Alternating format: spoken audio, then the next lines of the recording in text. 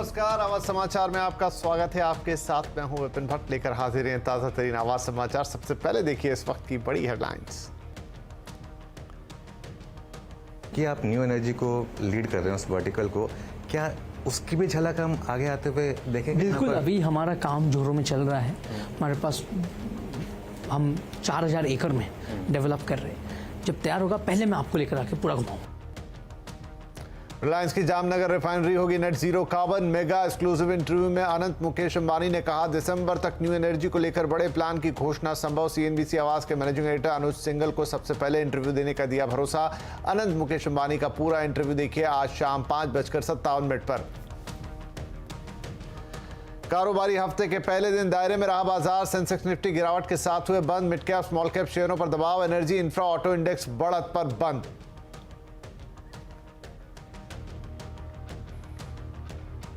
दिल्ली के भारत मंडपम में सबसे बड़े global textile event Bharat Tex आज से शुरू। पीएम मोदी ने किया उद्घाटन, कहा भारत को बनाएंगे ग्लोबल एक्सपोर्ट हब। रेलवे को मेगा पुश, प्रधानमंत्री ने एक साथ किया 2000 प्रोजेक्ट्स का उद्घाटन और शिलान्यास। 550 स्टेशनों का रीडेवलपमेंट, 1500 ओवरब्रिज और अंडरपास का होगा निर्माण। हरियाणा में नफे सिंह हत्याकांड गरमाया। शुरुआती जांच में कॉन्ट्रैक्ट किलिंग का शक। 12 लोगों के खिलाफ एफआईआर दर्ज। अनिल विज ने दिया सख्त कार्रवाई का भरोसा।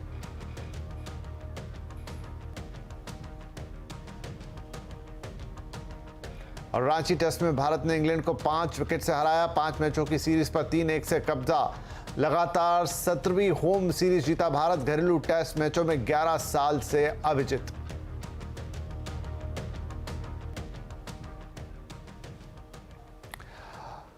रिलायंस इंडस्ट्रीज और रिलायंस फाउंडेशन ने आज पशुओं के रेस्क्यू, केयर, कंजर्वेशन और रिहेबिलिटेशन के लिए एक बड़ा इनिशिएटिव लॉन्च किया है। इसके पीछे की मुख्य प्रेरणा है रिलायंस इंडस्ट्रीज के डायरेक्टर अनंत मुकेश अंबानी का पशु प्रेम। इस अम्ब्रेला प्रोग्राम के तहत वन्य पशुओं को रेस्क्यू किया जाएगा। घायल पशुओं की देखभाल और इलाज की व्यवस्था होगी और उन्हें फिर से उनके मूल निवास में रिहेबिलिटेट किया जाएगा। रिलायंस के जामनगर रिफाइनरी कॉम्प्लेक्स में इसके लिए 3000 एकड़ का ग्रीन बेल्ट तैयार किया गया है। वनतारा दुनिया में पशु कल्याण की मिसाल कायम करेगा। यहाँ पशुओं के लिए अस्पताल, रिसर्च सेंटर और एकेडमिक सेंटर है। अनंत मुकेश अंबानी ने कहा कि ये पूरा प्रयास सेवा भाव से किया गया है। हम हाथी का सेवा करते हैं। यहाँ खाली सेवा का कार्य होता है। ये चिड़ियाघर नहीं है, ये सेवालय है। यहाँ मैं खुद मानता हूँ कि श्री गणेश हाथियों में विराजते हैं और वो एक स्वरूप है। तो मैं गणेश का सेवा के भाव से हाथियों का सेवा करता हूँ। और अब हम बात करेंगे आज के सबसे बड़े इंटरव्यू की। रिलायंस इंडस्ट्रीज के डायरेक्टर अनंत मुकेश अंबानी इन दिनों अपनी प्री वेडिंग सेरेमनी समारोह के सिलसिले में जामनगर में हैं। सीएनबीसी आवाज के मैनेजिंग एडिटर अनुज सिंघल ने अनंत मुकेश अंबानी से खास बातचीत की है। इस दौरान अनंत अंबानी के कई नए पहलू सामने आए हैं। खासतौर पर Greens zoological rescue and rehabilitation centre और जानवरों से उनके गहरे लगाव पर विस्तार से चर्चा हुई है। देखिए इस विशेष इंटरव्यू की कुछ खास झलकियाँ।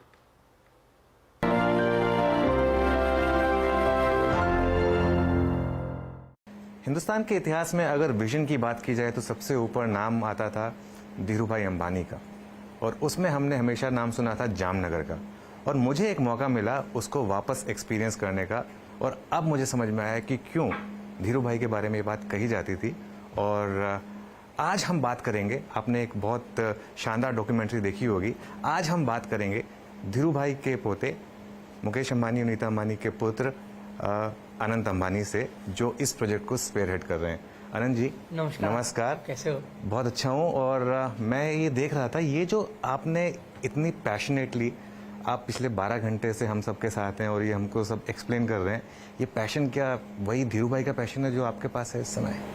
मैं तो मेरे पिताजी और माननीय मेरे दादाजी श्री धीरूभाई, मेरे माताजी और आपकी दादी जी भी? दादी जी जामनगर की हैं। हाँ, मेरे भाई, मेरे बड़े भाई, मेरे बहन, सबसे मैं प्रेरणा लेता हूँ। मेरे लिए इंस्पिरेशन है और इन्होंने जो किया है उसका अगर मैं थोड़ा भी कर पाऊँ तो मेरे लिए बहुत बड़ी चीज़ है। जो धीरूभाई अंबानी जी ने और जो पापा ने मुकेश भाई अंबानी जी ने जो यहाँ रिफाइनरी, दुनिया का सबसे बड़ा रिफाइनरी यहाँ खड़ा किया, दुनिया का यहाँ माताजी ने सबसे बड़ा टाउनशिप आप देखे होंगे हमारे जितने भी मेरे कलीग्स, हमारे जितने भी रिलायंस के एम्प्लॉयज़, यहाँ जो रिलायंस के कर्मचारी है यहाँ रहते हैं, उनके लिए हमने पूरा एक सिटी बनाया, माता जी ने बनाया। और धीरू भाई ने जहाँ जब धीरू भाई थे, जब वो जीवित थे, उनका ये सपना था, उनका तो देहांत हो गया, बट पापा ने उनका सपना आखिर तक साकार किया। बिल्कुल नहीं, मैं धीरू भाई जी के बारे में कहा जाता था कि जहाँ आम इंसान की सोच खत्म होती थी वहाँ उनकी सोच शुरू होती थी, और यही ट्रेडिशन आपके पिताजी ने भी कंटिन्यू किया। मैं इस प्रोजेक्ट को देख रहा था, ये इतना ग्रैंड है, मतलब मुझे समझ में नहीं आ रहा था कि ये आपके दिमाग में कब आया कि इस तरीके का कुछ करना है और इस स्केल पे करना है। जैसा आपने कहा कि दादाजी और मेरे माताजी, मेरे पिताजी सब ने कहा कि कुछ करना है तो ऐसे करना है कि दुनिया में एक नाम रह जाए। और जो धीरू भाई का फिलॉसफी था कि पब्लिक को लाभ होना चाहिए। उन्होंने 500 रुपया में मोबाइल दिया था एक समय पर, जहाँ हर एक ने उसका लाभ उठाया। पापा ने 4G का भी इसी से उनको सोच आया। हर एक बिजनेस, पापा यही कहते हैं कि जनता का लाभ कैसे हो उस हिसाब से वो बिजनेस को करते हैं, और जनता को उससे फ़ायदा कैसे हो और उनका ज़िंदगी सरल कैसे हो जाए जनता का, उस हिसाब से पापा ने हमेशा बिजनेसेस खोले हैं। तो हम भी उस हिसाब से बिजनेसेस के लिए पापा ने हमें सिखाया गया है। अब तो हम पापा के साथ, उनकी जो टीम है, मेरे कलीग्स जो हमारे साथ कर्मचारी, हम सब मिलकर पापा का विजन को साकार करने में लगे हुए हैं। अगर हम कुछ भी करें, हमें उनका विजन को आगे ले जाना है। और हम सब, हमारा पूरा टीम है, रिलायंस टीम, सब मेरे कलीग्स हैं, मेरे भाई बंधु, सब साथ में मिलकर हम उनके विजन के ऊपर लगे। आपके भाई और बहन की बात की आपने, उनका कितना सपोर्ट रहा है इस प्रोजेक्ट के लिए? मेरे भाई श्री और मेरे बहन ने मुझे बहुत सपोर्ट किया जानवर पालन। मेरे पूरे परिवार में सब जानवर प्रेमी हैं, और सब ने जानवर के लिए उनका बहुत। पापा तो हमें बचपन से ही जंगल ले जाते थे। दादा को भी जंगल में बहुत शौक आता था। गिर में दादा है चोरवाड़ के गिरना, तो वहाँ उनके यहाँ लायन आते थे। दादा जो है, तो हम बहुत गिर घूमे उनके साथ। तो दादा दादी और मेरी बहन जो रिलायंस फाउंडेशन चलाती है और साथ साथ में रिटेल बिजनेस भी चलाती है, उन्होंने बहुत सपोर्ट किया। मेरी बहन का इसमें बहुत बड़ा एक योगदान रहा है। और साथ साथ में मेरे माताश्री, तो आपको पता ही प्रेरणा है। बिल्कुल, मैंने आपको बताया है कि आज जो भी है मैंने मेरे माताश्री से सीखा है। और इनके लिए मैं इसीलिए ये सब आप खड़ा कर पाए, क्योंकि माताजी पिताश्री का ये बहुत बड़ा योगदान रहा है ये सफल करने में।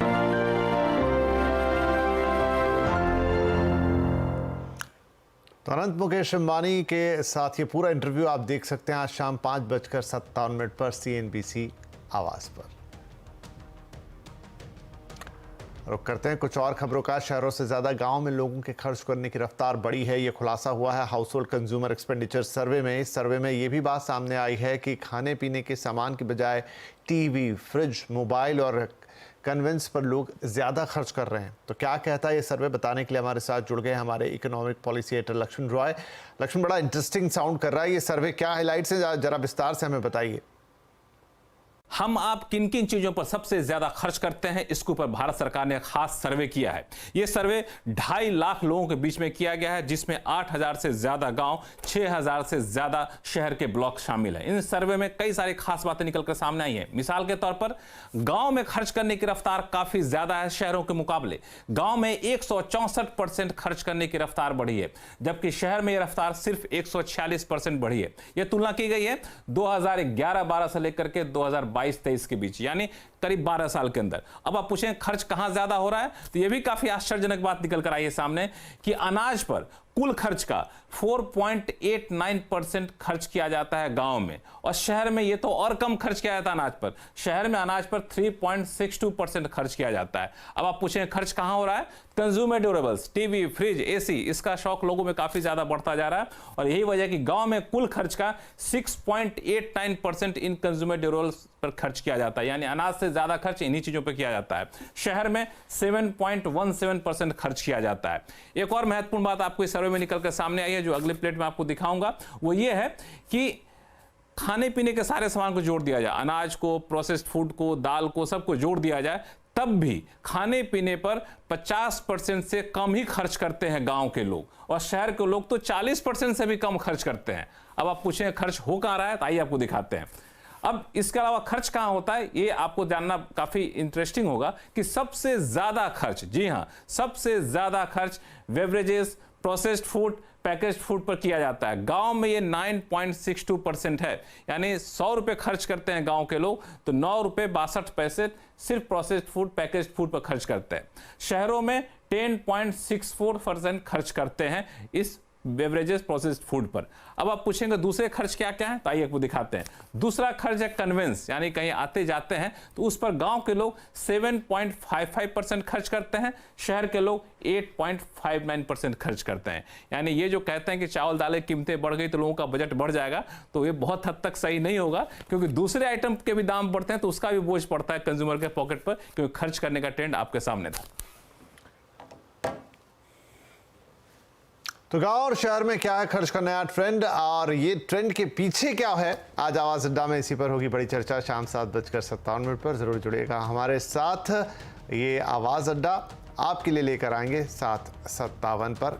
गांव में है दब। वेलकम बैक, आप देख रहे हैं आवाज समाचार। अब हम बात करेंगे बाजार की, जहां पर पहले दिन बाजार में उतार चढ़ाव रहा और इसी के साथ बाजार गिरावट पर बंद हुआ। सेंसेक्स 353 अंक गिरकर 72,790 पर बंद हुआ। वहीं निफ्टी 91 अंक गिरकर 22,122 पर। आज सबसे ज्यादा बढ़त एनर्जी, इंफ्रा और ऑटो इंडेक्स में देखने को मिली। वहीं IT, मेटल, फार्मा सेक्टर्स में गिरावट रही। पीएम नरेंद्र मोदी ने आज दिल्ली के भारत मंडपम में सबसे बड़े global textile event Bharat Tex 2024 का उद्घाटन किया। यह कार्यक्रम 26 फरवरी से 29 फरवरी तक चलेगा। इस कार्यक्रम में 3,000 से ज़्यादा एग्जिबिटर्स, 3,000 बायर्स और 40,000 ट्रेड विजिटर्स हिस्सा लेंगे। प्रधानमंत्री के 5F विजन से प्रेरणा लेते हुए भारत टेक्स 2024 में फाइबर, फैब्रिक और फैशन पर फोकस किया गया है। उद्घाटन कार्यक्रम में पीएम मोदी ने कहा कि भारत दुनिया में कॉटन, जूट और सिल्क के बड़े उत्पादकों में से एक बना है। मोदी ने गारंटी देते हुए कहा कि हम जल्द से जल्द देश को ग्लोबल एक्सपोर्ट हब बनाएंगे। आज भारत दुनिया में कॉटन, जूट और सिल्क के बड़े उत्पादकों में से एक बना है। मुझे विश्वास है कि हम भारत को ग्लोबल एक्सपोर्ट हब बनाने के अपने लक्ष्य को जल्द से जल्द हासिल कर सकते हैं। जिनकी गारंटी कोई नहीं लेता, उनकी गारंटी मोदी लेता है। भारतीय रेलवे के लिए आज का दिन ऐतिहासिक रहा। प्रधानमंत्री नरेंद्र मोदी ने भारतीय रेलवे को 41,000 करोड़ रुपए की 2,000 से ज्यादा रेल परियोजनाओं का उद्घाटन और शिलान्यास किया। पीएम मोदी ने वीडियो कॉन्फ्रेंस के जरिए प्रधानमंत्री अमृत भारत स्टेशन योजना के तहत 553 रेलवे स्टेशनों के पुनर्विकास का शिलान्यास किया। 27 राज्यों और केंद्र शासित प्रदेशों में फैले अमृत भारत स्टेशनों का 19,000 करोड़ रुपए से ज्यादा लागत से पुनर्विकास किया जाएगा। इसके अलावा प्रधानमंत्री ने 1500 रेल ओवरब्रिज और अंडरपास का शिलान्यास भी किया और इनमें से कुछ को राष्ट्र को समर्पित भी किया।